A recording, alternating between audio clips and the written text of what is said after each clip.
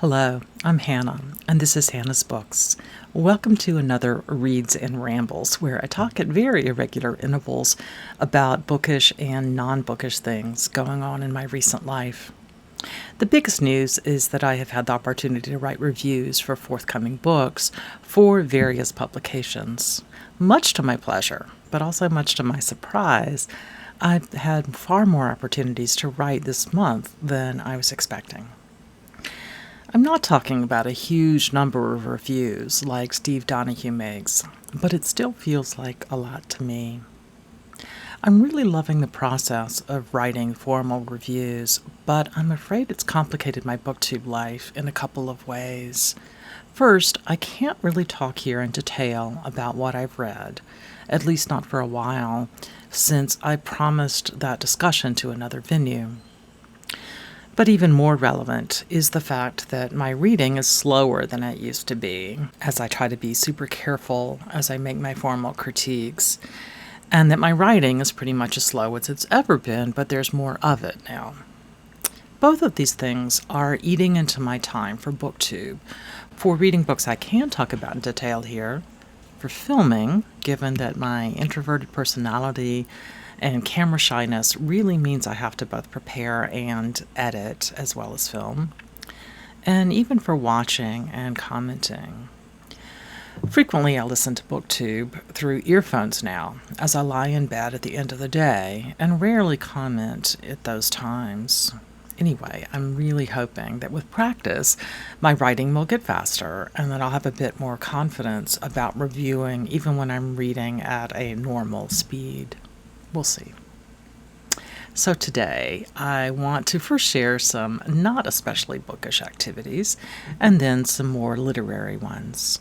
I'll try to leave timestamps in the show notes so you can skip ahead if you like. The last 2 weekends have both been lovely. 2 weekends ago, David and I had a special afternoon date. It was a hot and humid day, as most summer days are in the Washington, D.C. area, but it was a bit breezier than some. We took a walk along a local creek, a shady area, one just a few blocks from our house, really, which in pre-pandemic days we might visit several times a week, even on early morning perambulations. But during COVID, we got out of the habit. It was often very crowded, and narrow paths sometimes made it hard to socially distance. We started walking in more open spots with wider paths. But now we've returned.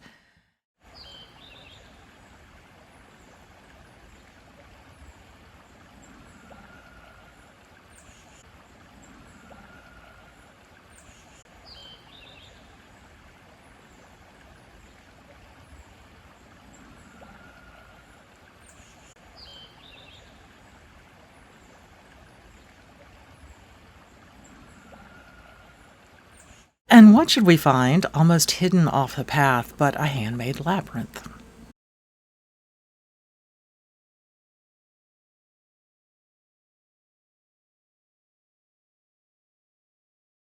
If you've watched my Reads and Rambles videos before, you may have seen that David and I sometimes walk the more formal labyrinth at a local public garden, and we often track down other paths in town too. Today's was a lovely surprise. After our walk, we headed to a local brewery. Ever since they opened years ago, they've had a fairly large outdoor area as well as an indoor section. During the pandemic, they erected an enormous tent over the whole area, spaced the tables out, etc. They now take timed reservations, and the two of us sat at a high table for two in a corner to enjoy our pints. Our intention was to read a bit while we were there, but both of us spent less time with our books than we did watching the folks at the table next to us. There were two of them, with two charming dogs. I'm a little hard of hearing, long story, but it makes it hard for me to eavesdrop. But David let me know that the two people with the dogs seemed to be just starting to get to know each other. I'm not sure how much he actually heard, but it didn't take long for us to concoct a story that the two people had each brought their dogs to a blind date at the outdoor pub. The beautiful dogs were, let's say, mismatched. One very tall and long and lean, leaning down to rest its head on the lap of its human companion, and the other, a tiny little thing, reaching up to be petted by its human. Well, after busy work weeks for the two of us, as well as our 22-year-old son, we spent the next weekend at the shore. David had a tiny think tank type meeting there one day, but we also had plenty of time on the beach itself.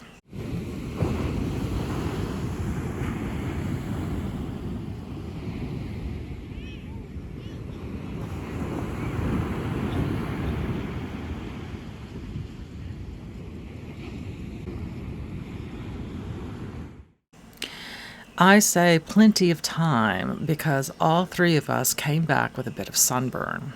I grew up at the beach and never got burned because I spent so much time outdoors in the earlier spring that my skin just gradually adjusted. But as I've grown up, and especially during this overwhelmingly indoor year, I've gotten paler and paler and more likely to burn.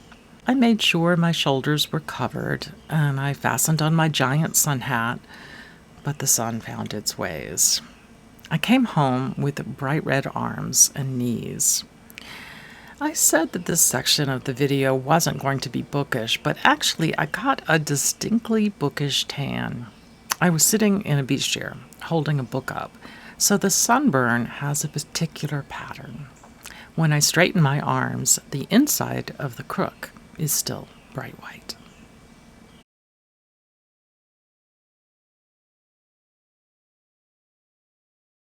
As we were driving back home, we stopped at a nature preserve we visited a few times before, walking a shady path and then taking a brief stroll down a pier over a marsh.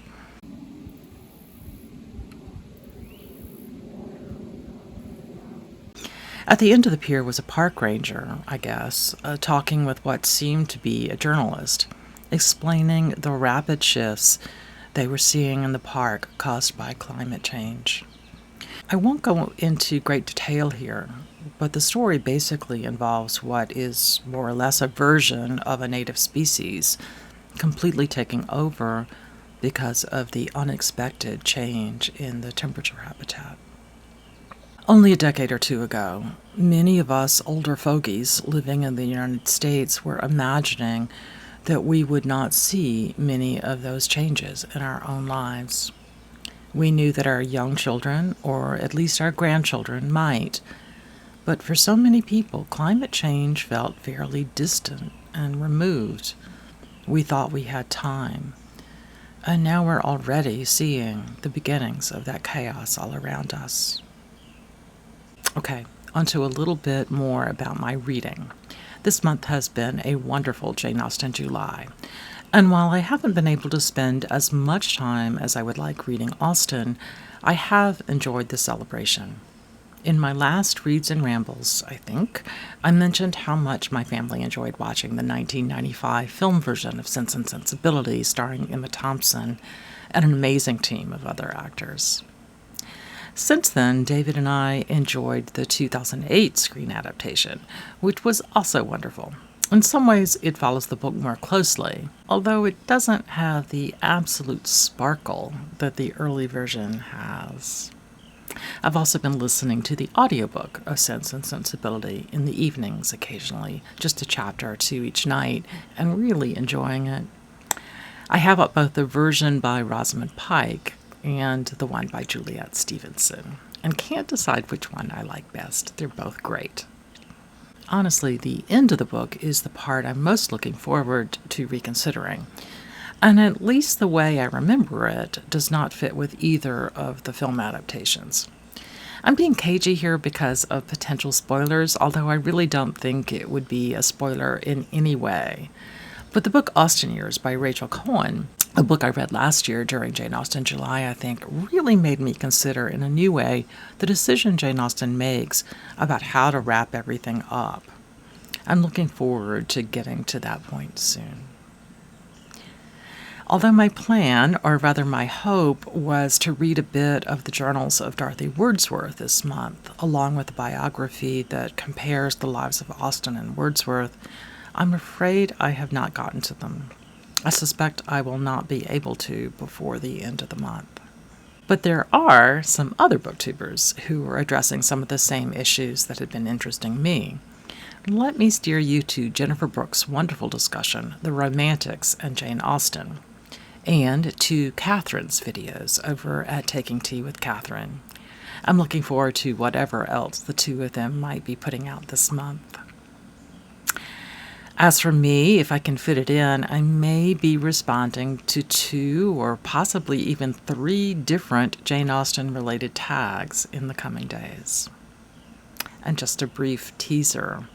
One of the forthcoming books I'm currently reviewing is a biography of a poet that sat squarely between Romanticism and the Victorian period, born basically a decade after Mary Shelley and a decade before Charlotte Bronte. And that poet is Elizabeth Barrett Browning. While she is perhaps best known for her How Do I Love Thee, Let Me Count the Ways sonnet, there is really quite a bit more to her. This new biography is by Fiona Sampson, who wrote Romantic Outlaws about Mary Shelley and Mary Wollstonecraft, and I believe her Barrett Browning book came out in Britain some months ago. When my review is published at the time of the book's U.S. publication, I'll definitely link to it. But I also want to talk about Elizabeth Barrett Browning's novel in verse called Aurora Leigh, perhaps during Victober. One brand new book I'm reading that I don't think I will be formally reviewing is the new biography of Barbara Penn, written by Paula Byrne. I am buddy reading it with Sean the Book Maniac, which has been an absolute joy. We've been reading it quite slowly, partly out of plan, but then even more slowly because Sean has been patient with the increased slowdown I've asked for. I think we want to do a more extensive discussion here on the channel sometime soon after Sean and I finish up. Funnily enough, our reading is terrifically timed to coincide with Jane Austen July. Pym's work is often compared to Jane Austen's, and Byrne has some especially interesting things to say about their parallels. One last thing. I often mention a bookish online essay or book review or something like that in my Reads and Rambles. While we were away at the beach, I canceled our Sunday delivery of the New York Times and chose to scan through the book review online instead. I always look forward to the Buy the Book section, and this time it featured Michael Pollan, who I think everyone in my family loves. The whole interview is great fun, but I was especially intrigued by his answers to 2 related questions. When asked what book should everybody read before the age of 21, he names Homer's Odyssey. When asked what book should nobody read until the age of 40, he names the Iliad. That's exactly how I read them. The Odyssey for the first time when I was in my late teens, I think, and the Iliad for the first time when I was in my early 40s-ish. I loved both books the first time I read them. I studied the Odyssey in much more detail when my homeschooling son was reading it for the first time. And while I came to understand a lot more of its context and what the text actually implies in places, I didn't actually have any significantly new emotional response. The Iliad, on the other hand, is a book I was dreading and was sure I would hate. What I knew about it sounded so macho and violent. But my goodness, I was totally blown away by it. Perhaps by the time I was in my 40s, I could put the macho violent stuff in historical and literary context, and therefore respond to the rest of the text. But that doesn't actually feel like what happened. In this By the Book interview, Michael Pollan gives no explanation for why he thinks only older people should read the Iliad. But if I ever get the chance to meet him, that might be one of the first questions I would ask. Do any of you have an understanding of why the Iliad might be good for mature readers, or why it might not be good for young readers? These questions keep rattling around in my head, and I really have no answers. Well, I think I've gone on long enough for now. Thanks for joining me here today on Hannah's Books. See you soon.